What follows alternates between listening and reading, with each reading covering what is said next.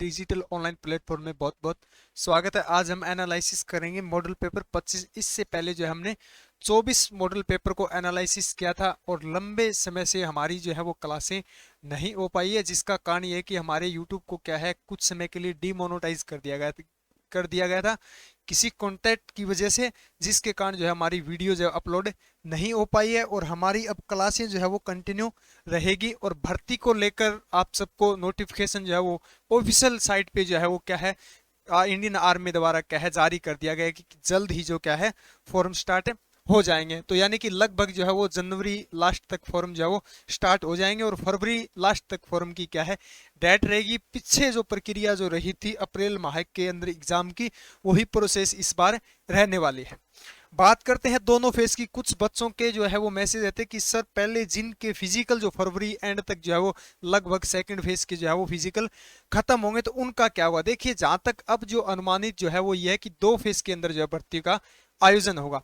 जिस भर्ती का लगभग नवंबर के अंदर जो है जिनकी ज्वाइनिंग दी गई थी, अक्टूबर माह के अंदर रिजल्ट जारी किया गया था, उन सभी पहले फेसेज की जो भर्तियां थी उन सब की जो है क्या है अप्रैल के अंदर एग्जाम होने के ज्यादा चांसेस है। और सेकंड फेज के जो है वो लगभग अगस्त यानी कि जून जुलाई अगस्त माह के अंदर की क्या है चांसेस है। अभी तक जो है वो सूचना यही है, लेकिन ये भी कंफर्म नहीं कह सकते। तो चलिए आज के सेक्शन की शुरुआत करते हैं। आज का पहला क्वेश्चन है श्रीनगर की स्थापना किसने की थी। देखिए श्रीनगर की स्थापना जो है वो सम्राट अशोक द्वारा की गई थी। किसके द्वारा? सम्राट अशोक के द्वारा इसकी स्थापना की गई थी। फिर देखिए श्रीगुप्त, यहां से भी एक क्वेश्चन पूछा जाता है। श्रीगुप्त जो थे उन्होंने गुप्त वंश की स्थापना की थी। गुप्त वंश के संस्थापक या गुप्त वंश की स्थापना किसने की थी? तो श्रीगुप्त द्वारा की गई थी। चंद्रगुप्त मौर्य, देखिए मौर्य वंश की स्थापना जो है वो किसने की थी? चंद्रगुप्त मौर्य द्वारा की गई थी। और चंद्रगुप्त मौर्य के बिंदुसार क्या थे? पुत्र थे। तो सबसे ज्यादा इंपॉर्टेंट रखना है कि गुप्त वंश की स्थापना या संस्थापक कौन थे? श्रीगुप्त थे। और इसकी जो श्रीनगर की स्थापना किसने की थी? अशोक ने, सम्राट अशोक ने की थी। चलिए next question. Question number 2, Plassey के युद्ध में कौन विजय हुआ था? यानी कि प्लासी के युद्ध में जो है वो किसकी क्या है विजेता रहे, किसकी क्या है जीत हुई थी? तो इसमें क्या है अंग्रेज जो है क्या है विजय रहे थे। किन किन के मध्य हुआ था? तो सिरोजी दौला और अंग्रेजों के मध्य ये क्या है प्लासी का युद्ध जो है वो लड़ा गया था। फिर क्वेश्चन जो है वो दूसरा लैंग्वेज पूछा जाता है कि ये पूछा जाता है सिरोजी दौला जो है वो किसके द्वारा पराजित हुए, यानी किसके द्वारा हराए गए थे, किसके द्वारा हारे थे? तो किसके द्वारा? अंग्रेजों के द्वारा। और प्लासी के युद्ध कब हुआ था? 1757 में, 1757 ईस्वी के अंदर क्या है ये लड़ा गया था। और ये भी याद रखिए कहां लड़ा गया था? तो पश्चिम बंगाल के अंदर। चलिए नेक्स्ट क्वेश्चन। अगला क्वेश्चन है रामकृष्ण मिशन की स्थापना कहां हुई थी और इसके संस्थापक कौन थे? तो रामकृष्ण मिशन की स्थापना जो कहां हुई थी? मुंबई के अंदर। मुंबई कहां है? महाराष्ट्र में। महाराष्ट्र की राजधानी। अब बात करते हैं इसकी स्थापना जो है वो किसके द्वारा की गई थी? स्वामी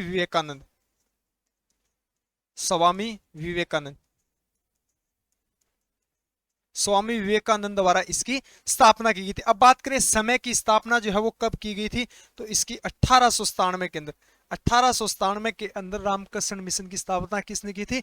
स्वामी विवेकानंद ने। कहा की थी? मुंबई, महाराष्ट्र राज्य के अंदर इसकी क्या है स्थापना की गई थी। चलिए नेक्स्ट क्वेश्चन। 2011 की जनगणना के अनुसार भारत का लिंगानुपात कितना है? यानी कि भारत का लिंगानुपात, कुल भारत का जो है औसत पूछा गया है। तो औसत लिंगानुपात जो है वो 943। कितना है? 943। अब बात करते हैं सर्वाधिक की। सर्वाधिक पूछा जाता है न्यूनतम यानी एक कम पूछा जाता है। तो सर्वाधिक जो है वो किस राज्य का है? तो केरल राज्य का। ये भी 17 अप्रैल को पूछा गया। किस राज्य का सर्वाधिक अगर पूछा जाए तो किस राज्य का? केरल का। कम यानी न्यूनतम की अगर बात करें तो हरियाणा। फिर इनका लिंगानुपात पूछा जाता है। तो लिंगानुपात जो है वो कितना है? केरल का कितना है? 1084। कुल भारत का औसत पूछा जाए तो 943। और हरियाणा का कितना है? 889, 89879। सर्वाधिक पूछा जाए तो केरल का, न्यूनतम पूछा जाए तो किसका है?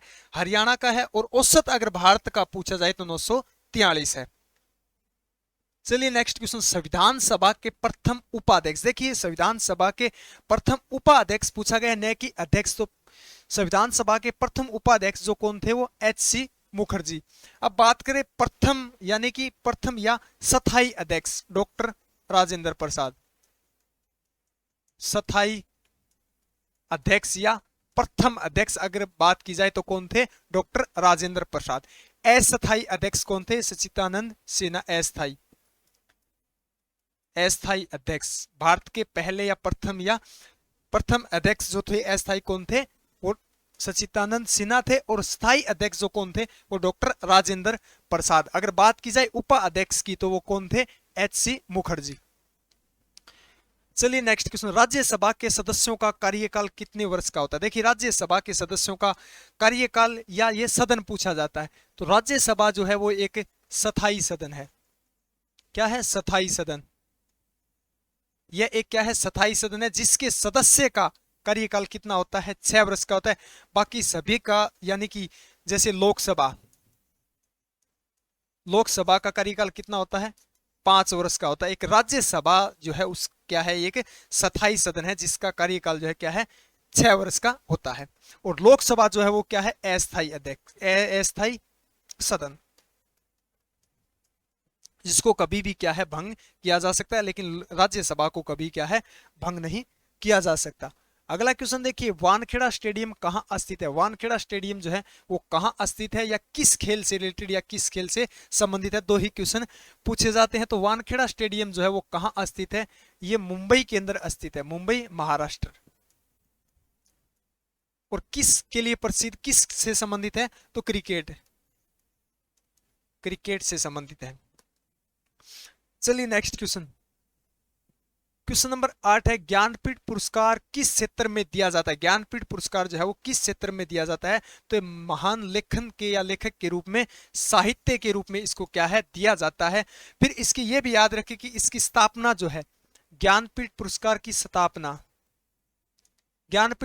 स्थापना जो है वो 1961 में की गई थी। लेकिन प्रथम पुरस्कार वितरित कब किया गया था? तो वो 1965 के अंदर। स्थापना की अगर बात की जाए तो 1961 के अंदर। अगर बात की जाए कि प्रथम वितरित कब किया गया था तो 1965 के अंदर। किस क्षेत्र में दिया जाता है? तो साहित्य यानी लेखक के रूप में दिया जाता है। चलिए अगला क्वेश्चन, कल्याण कृष्ण भगवतार किस वाद्य यंत्र से संबंधित है? यानी कि ये कौन से वाद्य यंत्र को क्या है? वाद्य यंत्र को बजाते थे, इनका संबंध है। तो किससे है? वीणा से। किससे है? वीणा से। वीणा से रिलेटेड एक क्वेश्चन और पूछा जाता है, ये सबसे प्राचीन क्या है? सबसे प्राचीन वाद्य यंत्र जो है वो कौन सा है? वीणा है, जिसका संबंध किससे है? कल्याण कृष्ण भगवतार से इसका क्या है? संबंध है। चलिए नेक्स्ट, भारत के प्रथम शिक्षा मंत्री कौन थे? भारत के प्रथम शिक्षा मंत्री जो है, पहले शिक्षा मंत्री जो है वो कौन थे? तो भारत के पहले शिक्षा मंत्री जो थे वो अब्दुल कलाम आजाद। देखिए ऑप्शन ए सरदार वल्लभ भाई पटेल, ये भारत के क्या थे? प्रथम गृह मंत्री। क्या थे? प्रथम गृह मंत्री। प्रथम पहले गृह मंत्री अगर पूछा जाए तो सरदार वल्लभ भाई पटेल। और पहले शिक्षा मंत्री अगर पूछा जाए तो अब्दुल कलाम आजाद। पंडित जवाहरलाल नेहरू देखिए, ये भारत के क्या थे? प्रथम प्रधानमंत्री। क्या थे? प्रधानमंत्री, पुरुष प्रधानमंत्री। अगर महिला की अगर बात की जाए, भारत की पहली महिला प्रधानमंत्री कौन थी? तो वो कौन थी? इंदिरा गांधी थी पहली। क्लियर है? जवाहरलाल नेहरू भारत के पहले प्रधानमंत्री थे।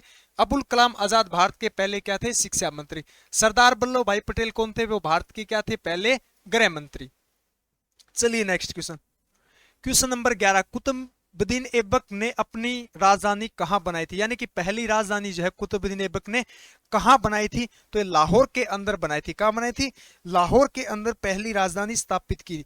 फिर देखिए दिल्ली सल्तनत की जो स्थापना करने के बाद जो है वो इन्होंने क्या है? लाहौर राजधानी स्थापित की। और दिल्ली सल्तनत जो है उसकी स्थापना कब की थी? 1206 ईस्वी के अंदर। कब की थी? 1206 ईस्वी के अंदर इन्होंने क्या है? लाहौर राजधानी यानी दिल्ली सल्तनत का क्या है? स्थापना की थी। चलिए नेक्स्ट क्वेश्चन, भारत की स्थलीय सीमा की लंबाई, यानी कि भारत की कुल स्थलीय सीमा पूछी गई है। तो भारत की कुल स्थलीय सीमा कितनी है? 15,200 किलोमीटर। कितनी है? 15,200 किलोमीटर। अब बात करते हैं सर्वाधिक देश पूछे जाते हैं। क्या पूछा जाता है? देश पूछा जाता है। सर्वाधिक किस देश के साथ लगती है? तो बांग्लादेश। किसके साथ लगती है? बांग्लादेश के साथ। अगर बात करें न्यूनतम यानी कम किस देश के साथ लगती है तो वह अफगानिस्तान। अफगानिस्तान। अब बात करते हैं, देखिए बांग्लादेश के साथ लगती है 4096 किलोमीटर, 4096 किलोमीटर, और अफगानिस्तान के साथ लगती है 106 किलोमीटर। कितनी लगती है? 106 किलोमीटर। फिर एक पूछा जाता है जलीय सीमा। क्या पूछा जाता है? जलीय सीमा। जलीय सीमा सर्वाधिक किस राज्य के साथ लगती है? तो जलीय सीमा जो है सबसे अधिक जो है वो गुजरात। किसके साथ? गुजरात राज्य के साथ लगती है। और ये भी याद रखना कितनी लगती है? 1214 किलोमीटर। अब बात करें न्यूनतम या सबसे कम जो लगती है वो किसके साथ लगती है? गोवा के साथ। किसके साथ? गोवा, 106 किलोमीटर। अगर सतलीय सीमा की बात की जाए तो किस देश के साथ अधिक लगती है? बांग्लादेश के साथ। कितनी? 4096 किलोमीटर। और न्यूनतम यानी कम की अगर बात की जाए तो किसके साथ लगती है? अफगानिस्तान के साथ, 106 किलोमीटर। फिर बात करें जलीय सीमा किस राज्य के साथ सबसे कम लगती है और सबसे अधिक लगती है? तो अधिक की बात की जाए तो गुजरात के साथ कितनी? 1214 किलोमीटर। कम की अगर बात की जाए तो 106 किलोमीटर लगती है। क्लियर है? चलिए नेक्स्ट क्वेश्चन। सातताल झील कहाँ स्थित है? देखिए सातताल झील जो है वो किस राज्य में स्थित है? तो सातताल झील जो है वो उत्तराखंड राज्य में स्थित है। कहाँ स्थित है? उत्तराखंड राज्य में। देखिए कुछ जिले हैं जो काफी बार पूछी जाती है, उत्तराखंड से रिलेटेड है, जो उत्तराखंड में क्या है? स्थित है। पहली है भीमताल, भीमताल। दूसरी झील पूछी जाती है नैनीताल, नैनीताल। तीसरी पूछी जाती है मालाताल, मालाताल। भीमताल, नैनीताल, मालाताल और साताल, ये सभी जिले कहाँ स्थित है? तो ये सभी चारों जिलों जो हैं वो कहाँ स्थित है? उत्तराखंड राज्य के अंदर स्थित है। सबसे ज्यादा जो पूछी जाती है वो नैनीताल झील पूछी जाती है। क्लियर है? चलिए नेक्स्ट क्वेश्चन। अगला क्वेश्चन है रानीगंज खान किस खनिज से संबंधित है? देखिए रानीगंज जो खान जो है वो किसके लिए प्रसिद्ध है, किसके लिए जानी जाती है? तो रानीगंज खान जो है वो किस लिए? कोयले की खान है। किसकी खान है? कोयले की खान है। 17 अप्रैल को पूछा गया था कि रानीगंज जो है वो कहाँ स्थित है। इसकी क्या पूछी गई? स्थान यानी स्थिति पूछी गई थी। तो ये पश्चिम बंगाल। कहाँ स्थित है? पश्चिम बंगाल। दूसरी दो स्थल और पूछे जाते हैं, एक तो बोकारो, एक पूछा जाता है बोकारो, और एक पूछा जाता है झारिया। बोकारो और एक पूछा जाता है झारिया। दोनों ही कहां स्थित है? तो दोनों ही झारखंड राज्य के अंदर। कहां स्थित है? झारखंड राज्य के अंदर। अगर बात की जाए रानीगंज कहां स्थित है तो पश्चिम बंगाल। किससे संबंधित है? किस खनिज उत्पादन के लिए? कोयले के लिए। बोकारो है ये भी किसके लिए? कोयले के लिए। और झारिया जो है ये किसके लिए? ये भी कोयले के लिए। कहां स्थित है? तो झारखंड राज्य में। पश्चिम बंगाल में कौन सा स्थल स्थित है? रानीगंज। चलिए नेक्स्ट क्वेश्चन। अगला क्वेश्चन देखिए रॉकी पर्वत श्रृंखला किस महाद्वीप पर स्थित है? यानी कि प्रत्येक महाद्वीप की क्या है? एक प्रमुख पर्वत श्रृंखला है। तो रॉकी पर्वत श्रृंखला जो है वो कहां स्थित है? तो ये कहां स्थित है? दक्षिण उत्तरी अमेरिका। कहां स्थित है? उत्तरी अमेरिका के अंदर क्या है? स्थित है। अब देखिए दक्षिण अमेरिका की कौन सी है? तो ये एंडीज। कौन सी पर्वत? एंडीज पर्वत श्रृंखला है। एंडीज पर्वत श्रृंखला जो है वो क्या है? विश्व की, किसकी? विश्व की सबसे लंबी पर्वत श्रृंखला कौन सी है? एंडीज पर्वत श्रृंखला है। अब बात करते हैं अफ्रीका की कौन सी है? एटलस। एटलस पर्वत श्रृंखला किस महाद्वीप की है? तो अफ्रीका महाद्वीप की। एशिया महाद्वीप की कौन सी है? हिमालय। कौन सी है? हिमालय पर्वत श्रृंखला। सबसे ऊंची पर्वत श्रृंखला कौन सी है? एशिया महाद्वीप की है। कौन सी है? हिमालय। और सबसे लंबी पर्वत श्रृंखला कौन सी है? एंडीज पर्वत श्रृंखला। कहां स्थित है? दक्षिण अमेरिका में। उत्तरी अमेरिका की पर्वत श्रृंखला जो है वो कौन सी है? रॉकी पर्वत श्रृंखला। और सबसे प्राचीन की अगर बात की जाए तो कौन सी है? अरावली पर्वत श्रृंखला। चलिए नेक्स्ट क्वेश्चन। प्रोटीन की फैक्ट्री किसे कहा जाता है? देखिए प्रोटीन की फैक्ट्री जो है वो किसको कहा जाता है? तो प्रोटीन की फैक्ट्री जो है वो राइबोसोम को कहा जाता है। किसको कहा जाता है? राइबोसोम को कहा जाता है। एक लाइसोसोम को भी पूछा जाता है, तो इसको क्या कहा जाता है? आत्मघाती। आत्मघाती की थैली किसे कहा जाता है? किसको कहा जाता है? तो लाइसोसोम को कहा जाता है। राइबोसोम को क्या है? प्रोटीन की क्या है? फैक्ट्री कहा जाता है। फिर एक आता है माइटोकॉन्ड्रिया। माइटोकॉन्ड्रिया जो है वो कोशिका का ऊर्जा गृह।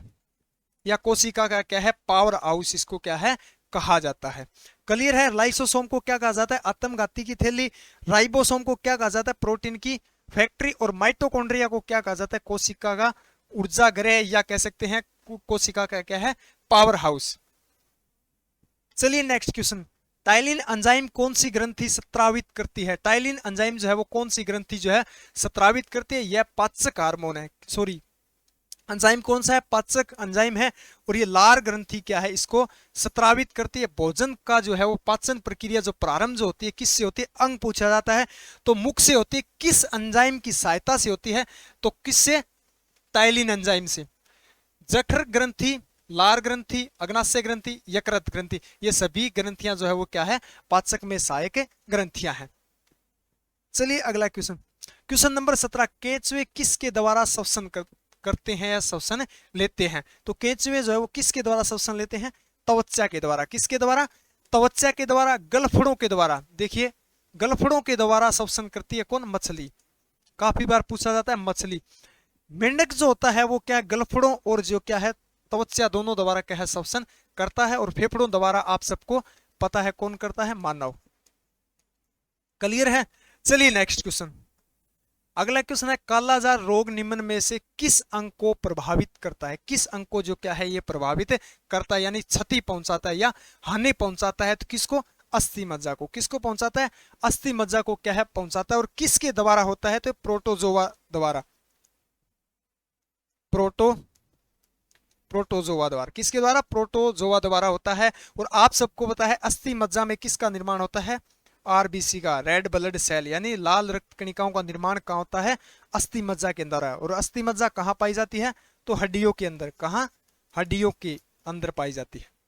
क्लियर है। कालाजार रोग किस अंग को प्रभावित करता है, तो अस्थि मज्जा को प्रभावित करता है। प्रोटोजोआ द्वारा ये फैलता है। और अस्थि मज्जा में किसका निर्माण होता है, तो आरबीसी यानी लाल रक्त कणिकाओं का इसमें क्या है निर्माण होता है। चलिए नेक्स्ट क्वेश्चन, मोमबत्ती रासायनिक ऊर्जा को किस ऊर्जा में क्या है रूपांतरित करती है या परिवर्तित करती है या बदलती है।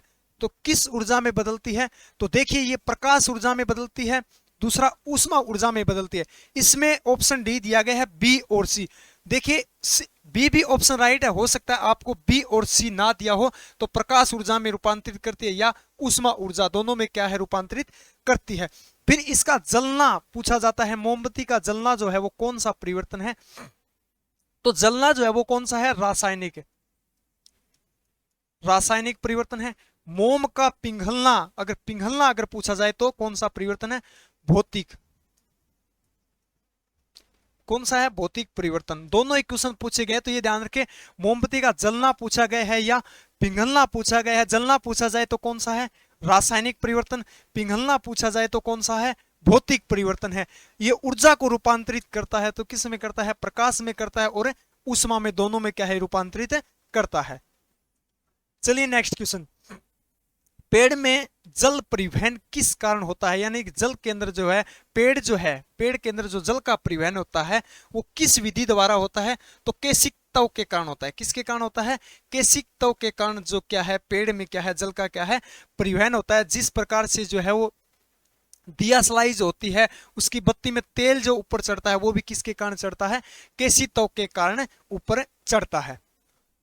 चलिए नेक्स्ट क्वेश्चन, अगला क्वेश्चन है टेलीफोन। टेलीफोन का आविष्कार किसने किया। देखिए टेलीफोन का जो आविष्कार है वो किसने किया था, तो टेलीफोन का आविष्कार जो है वो ग्राहम बेल द्वारा किया गया था। किसके द्वारा, ग्राहम बेल द्वारा इसका क्या है आविष्कार किया गया था।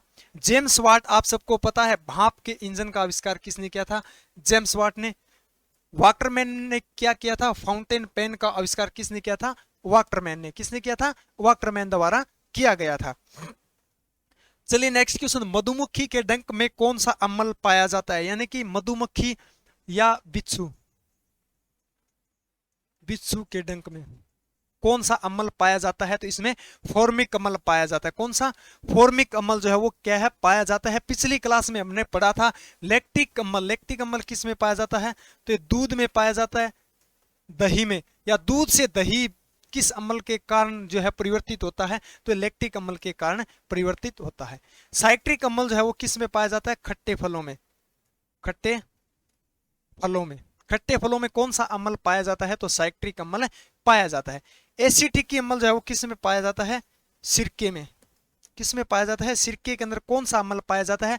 एसिटिक अम्ल पाया जाता है। और फॉर्मिक अम्ल किस में पाया जाता है? बिच्छू के डंक में या मधुमक्खी के डंक में पाया जाता है। और साइट्रिक अम्ल जो है, साइट्रिक अम्ल जो है वो किस में पाया जाता है?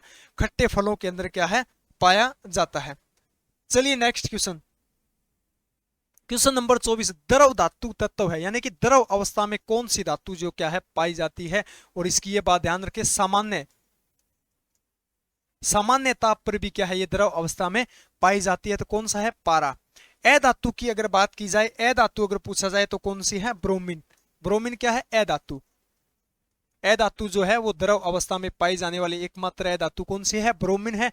और द्रव अवस्था में पाई जाने वाली धातु कौन सी है? तो पारा है। चलिए अगला क्वेश्चन, सिल्वर का रासायनिक संकेत है। देखिए सिल्वर जो है उसका रासायनिक संकेत क्या होता है? तो सिल्वर का जो चांदी का जो संकेत होता है एजी, वही क्या है? सिल्वर का क्या है? रासायनिक संकेत होता है। एयू किसका होता है? सोना। किसका होता है? सोना का रासायनिक संकेत क्या है? एयू है। और एमजी जो है वो किसका है? मैग्नीशियम का है। और सीओ जो है वो किसका है? कोबाल्ट का। कोबाल्ट, कोबाल्ट, कोबाल्ट 60 का प्रयोग पूछा जाता है। तो कोबाल्ट 60 का किस में किया जाता है प्रयोग? कैंसर उपचार में। किसमें? कैंसर उपचार में इसका क्या है? प्रयोग किया जाता है। और किस विटामिन में सर्वाधिक होती है? तो विटामिन B12 के अंदर जो है वो सबसे ज्यादा क्या पाई जाती है? कोबाल्ट 60 पाई जाती है। और कोबाल्ट 60 का प्रयोग किस में किया जाता है? तो कैंसर उपचार में इसका क्या है? उपयोग किया जाता है। फिर देखिए इसका रासायनिक संकेत की अगर बात की जाए तो क्या है? सी होता है। Mg किसका होता है? मैग्नीशियम का होता है। Ag किसका होता है? चांदी और सिल्वर दोनों का होता है। Au किसका होता है? सोना का होता है। किसका होता है? सोना। चलिए नेक्स्ट क्वेश्चन, क्वेश्चन नंबर 25, मानव शरीर का सबसे व्यस्तम अंग, सबसे व्यस्त अंग जो कभी क्या है? विश्राम नहीं करता, तो कौन सा है? आप सबको पता है, हृदय यानी हार्ट जो है वो क्या है? सबसे व्यस्तम अंग है। चलिए नेक्स्ट क्वेश्चन, अगला क्वेश्चन देखिए, शेर का वैज्ञानिक नाम क्या है? शेर का जो क्या है वैज्ञानिक नाम क्या है? तो ए ऑप्शन देखिए, हेमोसेपियंस जो है वो किसका वैज्ञानिक नाम है? मानव का। किसका नाम है? मानव का क्या है? वैज्ञानिक नाम है। और शेर का वैज्ञानिक नाम जो है वो कौन सा है? पेंथोरलियो। किसका नाम है? पेंथोरलियो जो क्या है वो शेर का क्या है? वैज्ञानिक नाम है। 17 अप्रैल को पूछा गया था, राणा टिग्रिस जो है वो किसका रासायनिक नाम है? तो मेंढक का। किसका? मेंढक का रासायनिक नाम क्या है? राणा टिग्रिस है। और पेंथोरलियो जो है वो क्या है? शेर का रासायनिक नाम है। हेमोसेपियंस जो है वो किसका है? मानव का रासायनिक नाम है। दूसरा देखिए पेंथोर टिग्रिस, अगर पेंथोर टिग्रिस पूछा जाए तो ये बाघ का रासायनिक नाम है। किसका? बाघ का रासायनिक नाम क्या है? पेंथोर टिग्रिस। और राणा टिग्रिस जो है वो किसका? मेंढक का रासायनिक नाम है। और पेंथेरोलिया जो है वो किसका? शेर का रासायनिक नाम है। चलिए नेक्स्ट क्वेश्चन, अगला क्वेश्चन है, कोणीय विस्थापन का एसआई मात्रक क्या है? कोणीय विस्थापन जो है वो क्या है? इसका एसआई मात्रक पूछा गया है। एसआई मात्रक या एसआई यूनिट, एसआई मात्रक या एसआई यूनिट पूछा गया है तो क्या होता है? रेडियन होता है। क्या होता है? रेडियन होता है। चलिए next question, question number 29, Newton ने गति के कितने नियम दिए थे? देखिए न्यूटन ने, आप सबको पता है कितने नियम जो है वो प्रतिपादित किए थे? तो 3 नियम प्रतिपादित किए थे। नियम सबसे ज्यादा जो पूछा जाता है, पहला नियम पूछा जाता है, जड़त्व का नियम किसने दिया था? तो जड़त्व के नियम की खोज जो है वो गैलोलियो ने की थी। लेकिन ये गति का क्या है? पहला नियम था जो बल को क्या है? प्रभाषित करता है। किसको? बल को क्या है? प्रभाषित करता है। दूसरा नियम जो है वो संवेग का, दूसरा नियम जो है वो किसका है? संवेग का नियम है गति का। तीसरा नियम है क्रिया प्रतिक्रिया, क्रिया प्रतिक्रिया का नियम कौन सा है? तो गति का क्या है? तीसरा नियम है। दूसरा नियम की अगर बात की जाए तो संवेग का नियम है। और प्रथम नियम जो है वो कौन सा है? जड़त्व का नियम है जो बल को क्या है? प्रभाषित करता है। क्लियर है? चलिए नेक्स्ट क्वेश्चन, क्वेश्चन नंबर 30, निकट दृष्टि दोष के निवारण के लिए कौन से लेंस का उपयोग किया जाता है? यानी निकट दृष्टि दोष के रोग को निवारण के लिए, यानी सही करने के लिए, उपचार के लिए किस दर्पण का क्या है उपयोग किया जाता है? तो अवतल दर्पण का क्या इसमें प्रयोग किया जाता है। और निकट के अंदर जो होती है वो निकट की वस्तु क्या है? दिखाई देती है, दूर की वस्तु क्या है? दिखाई नहीं देती। दूसरा उत्तल लेंस जो है ये दूरदृष्टि, दूरदृष्टि दोष, दूरदृष्टि दोष निवारण के लिए किस लेंस का प्रयोग किया जाता है? तो उत्तल लेंस का प्रयोग किया जाता है। और निकट दृष्टि में अवतल लेंस का क्या है प्रयोग किया जाता है। अगला क्वेश्चन देखिए, मैथ का, दो क्रमागत संख्याओं का के वर्गों का अंतर 13 हो तो इसमें सबसे छोटी संख्या ज्ञात करो। यानी दो वर्ग है, उनके अंतराल की बात, ये अंतर कितना है 13 दिया गया है, तो इसमें सबसे छोटी संख्या पूछी गई है। देखिए 5 का वर्ग कितना होता है 25, 6 का होता है 36, 7 का हो गया 49 और 8 का कितना हो गया 64। अब देखिए इसमें 13 का अंतराल किस वर्ग के अंदर है, कितना 13 का, इसके अंदर कितने का है 11 का, 36 और 49 के अंदर कितने का है 13 का। तो पूछा क्या गया कि सबसे छोटी संख्या, सबसे छोटा वर्ग कौन सा है, तो सबसे छोटा कौन सा है 6, और बड़े की अगर बात की जाए तो कौन सा है, बड़ा कौन सा है 7, छोटा कौन सा है 6, तो राइट आंसर हो जाएगा इसका बी ऑप्शन। चलिए नेक्स्ट क्वेश्चन, अगला क्वेश्चन है 1200 मीटर का 600% ज्ञात, सॉरी 60% पूछा गया है। देखिए मीटर हो या सेंटीमीटर हो या संख्या हो, 1200 का मतलब होता है गुणा, कितना पूछा गया है 60, कितना पूछा गया है 60% पूछा गया। प्रतिशत जब हटाते हैं तो क्या होता है, भाग में कितना लग जाएगा 100, 2 जीरो से 2 जीरो काट देंगे, 12 छिके कितना हो गया 72, यानी कि 1200 का 60% कितना होता है, इसको बोल सकते हैं हम मीटर में पूछा गया है तो यहां कर देंगे 720 मीटर। चाहे संख्या दी गई हो 1200 का 60% या 40%, का मतलब क्या होता है हमेशा याद रखना है, गुणा होता है, प्रतिशत जब हटाएंगे तो भाग में 100 लग जाएगा, और प्रतिशत जब ज्ञात करेंगे तो क्या है इंटू 100 हो जाएगा। चलिए नेक्स्ट क्वेश्चन, अगला क्वेश्चन नंबर 33 है, 10 आदमी 11 दिन में 220 रुपए कमाते हैं, तो बताओ 5 आदमी 2 दिन में कितने रुपए क्या है कमाएंगे। देखिए 10 आदमी 11 दिन, समय कितना है 11 दिन, कितने रुपए कमाते हैं, डिवाइड हो जाएगा कितने 220 रुपए।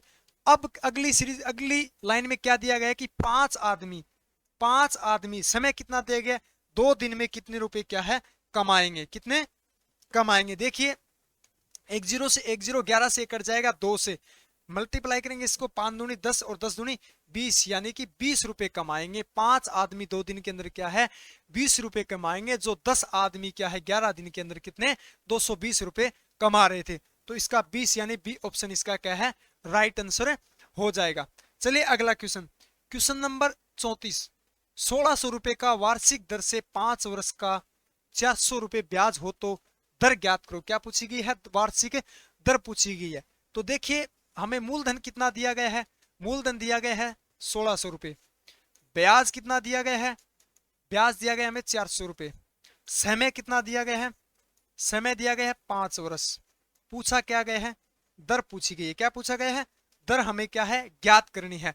तो देखिए हम इसको मल्टीप्लाई कर देंगे, देखिए 1600 ब्याज गुणा सॉरी ब्याज कितना है 400 रुपए, ब्याज गुणा 100 बटे में क्या लगा देंगे मूलधन, मूलधन कितना अपना 1600 गुणा क्या हो जाएगा दर, दर दिया हो या समय दिया हो, तो दर कितनी है हमारी 5।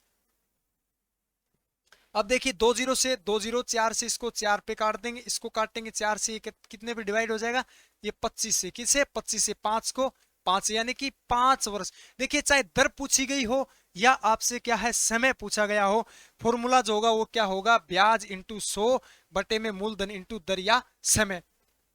तो इसकी दर कितनी आ जाएगी 5% की दर से क्या है 1600 रुपए का 5 वर्ष में कितना ब्याज हो जाएगा 400 रुपए। क्लियर है। चलिए नेक्स्ट क्वेश्चन, अगला क्वेश्चन है 16, 18, 20 का क्या है लय ज्ञात करो, यानी लघुत्तम समापवर्ती क्या है ज्ञात करना है। क्या पूछा गया है 16, 18, 20। देखिए सबसे पहले छोटी से छोटी संख्या को क्या हमें भाग देना है, क्या करना है सबसे पहले छोटी से छोटी संख्या को भाग देना है। तो 2 से डिवाइड करेंगे तो ये 8 से हो जाएगा, ये 9 से और ये 10 से, फिर दोबारा 2 से जा रहा है तो 2 से दे देंगे, ये आ जाएगा 4, ये आ जाएगा 9, फिर 5 से, फिर 2 से डिवाइड करेंगे, 2 से फिर 2 आ जाएगा 9, फिर इसमें आ जाएगा 5, फिर एक बार 2 से 1, ये आ जाएगा 9 और फिर एक 5, फिर देंगे तो फिर किससे जा रहा है 3 से जा रहा है, 1 से 1, 3 से क्या है 3 पे चला जाएगा, 5 से 5, फिर दोबारा 3 से करेंगे 1, फिर आ जाएगा 5, 5 से हो जाएगा। अब इसको डिवाइड करेंगे 5 से 15, 15 थी कितना हो गया 45, 45 दूनी 90, 90 दूनी 180, 180 दूनी 360 और 360 दूनी क्या होता है 720।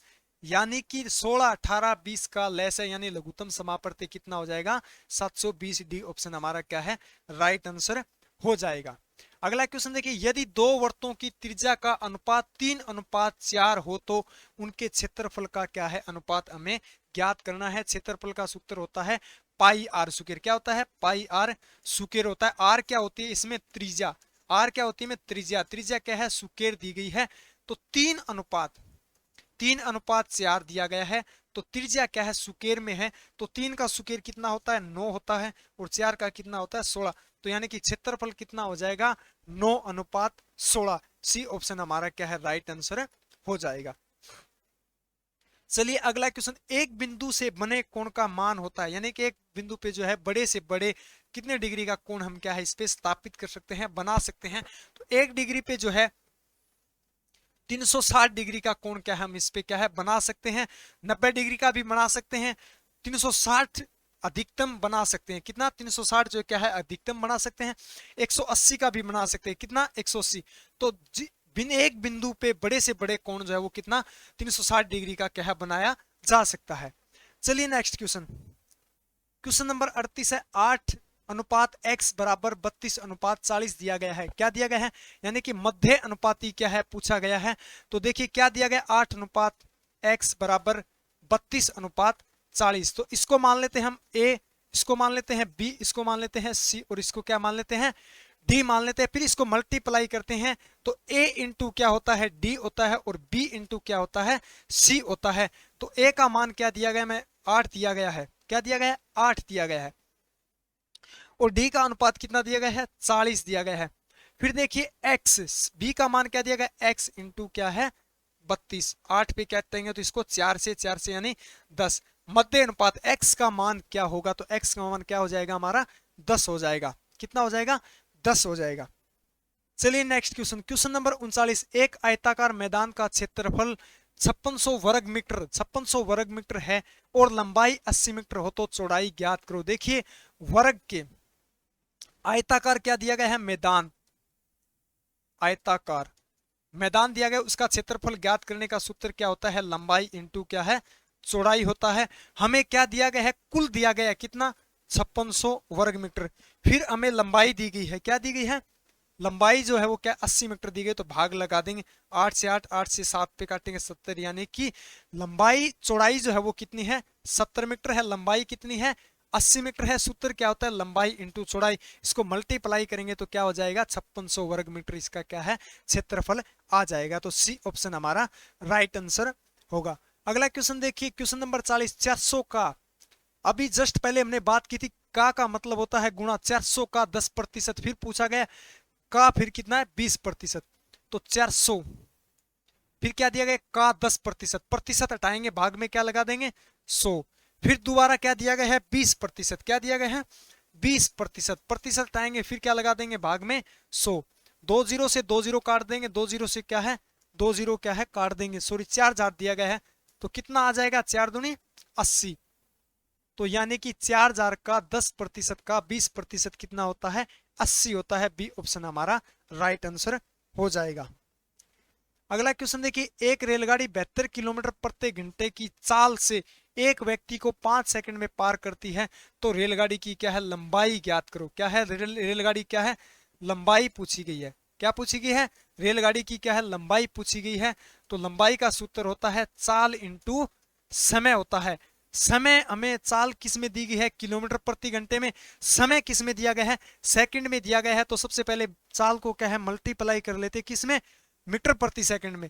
तो 72 इंटू किससे कर देंगे 5/18, इसको काटेंगे 4 से यानी कि 20 मीटर प्रति सेकंड। चाल क्या आ गई हमारी मीटर में 20 मीटर प्रति सेकंड। और फिर लंबाई ज्ञात करने का सूत्र क्या होता है चाल इंटू समय। चाल कितनी है 20 मीटर प्रति सेकंड गुणा समय कितना दिया गया है 5 सेकंड, तो कितनी आ जाएगी 100 मीटर। कितनी 100 मीटर। रेलगाड़ी की लंबाई कितनी होगी 100 मीटर। बी ऑप्शन है राइट होगा। चलिए नेक्स्ट क्वेश्चन, अगला क्वेश्चन दिया गया है मूलधन 6400 रुपए का, यानी कि मूलधन कितना दिया गया है 6400 रुपए। 4 वर्ष में 5% की वार्षिक दर से क्या है मिश्र धन पूछा गया है। देखिए मिश्र धन पूछा गया है न कि ब्याज। तो 6400 रुपए इंटू कितना हो गया समय गुणा दर कितनी है 5/100। ये सूत्र आपको पता ही है, मूलधन इंटू समय इंटू दर बटे 100। तो 2 जीरो से इसको क्या है 2 जीरो से क्या है काट देंगे, फिर आ जाएगा 20। 64 इंटू क्या आ गया 20 यानी कि 128। 1280 रुपए क्या गया हमारा 1280 रुपए जो क्या है हमारा साधारण ब्याज क्या है ब्याज। पूछा क्या गया है मिश्र धन पूछा गया है। क्या पूछा गया है मिश्र धन। मिश्र धन क्या होता है मूलधन प्लस ब्याज। तो मूलधन हमारा कितना है 6400 रुपए, कितना है 6400 रुपए, ब्याज कितना है 1280 रुपए। 086 और 7 यानी कि 7680 रुपए क्या है हमारा मिश्र धन हो जाएगा कितने 6400 रुपए की राशि पर 4 वर्ष में 5% की दर से। सी ऑप्शन हमारा क्या है राइट आंसर। चलिए अगला क्वेश्चन, क्वेश्चन नंबर 43। एक वर्ग की प्रत्येक भुजा 40 मीटर हो तो इसके भुजा क्या है इसका क्षेत्रफल ज्ञात करो। यानी एक वर्ग है जिसकी भुजा दी गई है कितनी 40 मीटर। पूछा क्या गया है क्षेत्रफल, पूछा क्या गया है क्षेत्रफल पूछा गया है। वर्ग का क्षेत्रफल, वर्ग का क्षेत्रफल ज्ञात करने का सूत्र होता है भुजा की सुकेर, भुजा की सुकेर या बोल सकते हैं भुजा इंटू भुजा। तो प्रत्येक भुजा हमें कितनी दी गई है 40, तो 40 का सुकेर कितना होता है 1600, कितना होता है 1600 होता है। तो इसका क्षेत्रफल कितना आ जाएगा 1600 वर्ग मीटर। बी ऑप्शन है राइट आंसर हो जाएगा। चलिए अगला क्वेश्चन, वह संख्या ज्ञात करो जिसका 20% 800 के बराबर हो। यानी कि 800 जो है वो क्या है 20% हो। तो क्या दिया गया है 800 संख्या कितनी दी गई है 800 किसके बराबर दी गई है 20% के बराबर क्या है हमें दी गई है। ज्ञात कितनी करनी है 100%, ज्ञात कितनी करनी है 100%। 2 से 2 इसको काटेंगे आ जाएगा 40, कितना आ जाएगा 40 यानी कि 4000 का 20% कितना होता है 800 रुपए के बराबर होता है। तो सी ऑप्शन हमारा राइट आंसर हो जाएगा। अगला क्वेश्चन देखिए, 9990 में क्या जोड़ा जाए कि वह एक क्या है संख्या जो क्या है पूर्ण वर्ग बन जाए। यानी कि इस संख्या में क्या जोड़ा जाए कि एक क्या है पूर्ण वर्ग बन जाए। देखिए आप सबको पता है 10,000 किसका वर्ग होता है 10,000 जो है वो किसका 100 का वर्ग होता है। तो 10,000 में 9990 में कितना जोड़ा ऐड किया जाए 10, तो ये कितना हो जाएगा 10,000 और 10,000 किसका वर्ग होता है 100 की स्क्वायर, किसका 100 की स्क्वायर होता है। तो यानी कि बी ऑप्शन राइट हो जाएगा। इस संख्या में कितनी संख्या शामिल की जाए 10। अगला क्वेश्चन देखिए, निम्न में से विषम शब्द का क्या है चयन करो। विषम शब्द का क्या है चयन करना है। जयपुर क्या है एक राज्य, सॉरी राजस्थान क्या है एक राज्य है जिसकी राजधानी क्या है कैपिटल क्या है जयपुर। चंडीगढ़ क्या है एक केंद्र शासित प्रदेश की राजधानी है। नई दिल्ली क्या है केंद्र शासित प्रदेश है। और लद्दाख भी क्या है केंद्र शासित प्रदेश है। तो हमारा ए ऑप्शन हो जाएगा निम्न में से क्या है विषम शब्द। विषम शब्द क्या है जयपुर, जो एक क्या है राज्य की क्या है राजधानी यानी कैपिटल। चलिए अगला क्वेश्चन, अगला क्वेश्चन दिया गया 1620 कोई सीरीज दी गई है 1610 1630। इसको क्या है नेक्स्ट पद क्या है नेक्स्ट सीरीज को क्या है ज्ञात करना है। देखिए 1600 और 1620 के अंदर क्या है 20 को क्या है जोड़ा गया है। फिर 1620 और 1610 के अंदर क्या है 10 क्या है माइनस किया गया। फिर 1610 के अंदर 20 प्लस किया गया, यानी कि एक बार 20 प्लस किया गया है एक बार 20 क्या है माइनस किया गया। फिर क्या है 10 माइनस। तो 1620 के अंदर 20 क्या होगा प्लस, तो इसका आंसर आ जाएगा 1640। ए ऑप्शन हमारा क्या है राइट आंसर हो जाएगा। नेक्स्ट क्वेश्चन देखिए, नेक्स्ट क्वेश्चन दिया गया, यदि किसी कूट भाषा में ए को क्या है वाई और जी को क्या है एस और क्यू को क्या है आई लिखा जाता है तो क्या है एम को क्या लिखा जाएगा। देखिए ए को क्या लिखा जाता है Z, इसमें क्या है एक माइनस किया गया है। क्या किया गया है एक क्या है इसमें माइनस किया गया। माइनस करने के बाद जो है क्या हो गया हमारा Y हो गया। तो इसी प्रकार से M पूछा गया है। तो M का अपोजिट क्या होता है N होता है। N में एक माइनस करते हैं तो क्या हो जाएगा M, यानी M को किसी क्यूट भाषा में क्या लिखा जाएगा कूट भाषा में तो इसको M ही लिखा जाएगा। ए ऑप्शन हमारा क्या है राइट आंसर होगा। चलिए नेक्स्ट क्वेश्चन, अगला क्वेश्चन है, यदि ए बी की माता है, यानी कि ए जो है वो क्या है बी की माता है, सी डी का क्या है पिता है और बी डी का क्या है भाई और ए ई का क्या है पोता है। तो क्या पूछा गया है सी और ई का क्या है संबंध पूछा गया है। तो देखिए ए जो है वो क्या है बी की क्या है माता, बी की क्या है माता। फिर क्या दिया गया है सी और डी का पिता, यानी सी क्या है डी का सी जो है वो क्या है, डी का क्या है, पिता। डी का क्या है, पिता है। डी। आगे क्या पूछा गया, बी और डी, यानी ये दोनों जो है बी और डी जो है वो क्या है, बी और डी जो है क्या है, भाई का संबंध है। क्या संबंध है, भाई का संबंध है। फिर आगे क्या दिया गया है, भाई। फिर दिया गया ए ई, ए का क्या है, पोता, यानी ए जो है, ई जो है वो क्या है, ए का पोता है। ए जो है वो क्या है, ई जो है कि इसका पोता है। कौन है, ई। फिर आगे क्या पूछा गया है, सी ई का संबंध क्या है, यानी कि देखिए ये माता है, ये क्या हुआ, पिता, ये दोनों भाई बहन। तो ये क्या हो गया हमारा, क्या पूछा गया, सी का ई से क्या संबंध है, यानी सी जो है ए से क्या संबंध है, तो क्या आंसर हो जाएगा इसका, दादा, यानी ए ऑप्शन हमारा राइट आंसर हो जाएगा। अगला क्वेश्चन देखिए, यदि शाखा का संबंध पेड़ से, यानी पेड़ की क्या होती है, शाखा, टहनी होती है, तो उसी प्रकार हाथ का संबंध किससे है, हमारा हाथ का संबंध किससे, हमारे शरीर से, यानी कि सी ऑप्शन हमारा राइट आंसर हो जाएगा। तो आज के सेक्शन को यहीं समाप्त करते हैं। उम्मीद और आशा करते हैं कि आप सबको आज का कंटेंट जो है वो बेहतरीन लगा होगा। अगर आपने अभी तक हमारे चैनल को जो है सब्सक्राइब नहीं किया तो चैनल को क्या है, सब्सक्राइब करें। तो मिलते हैं अगले बेहतरीन कंटेंट के साथ, तब तक के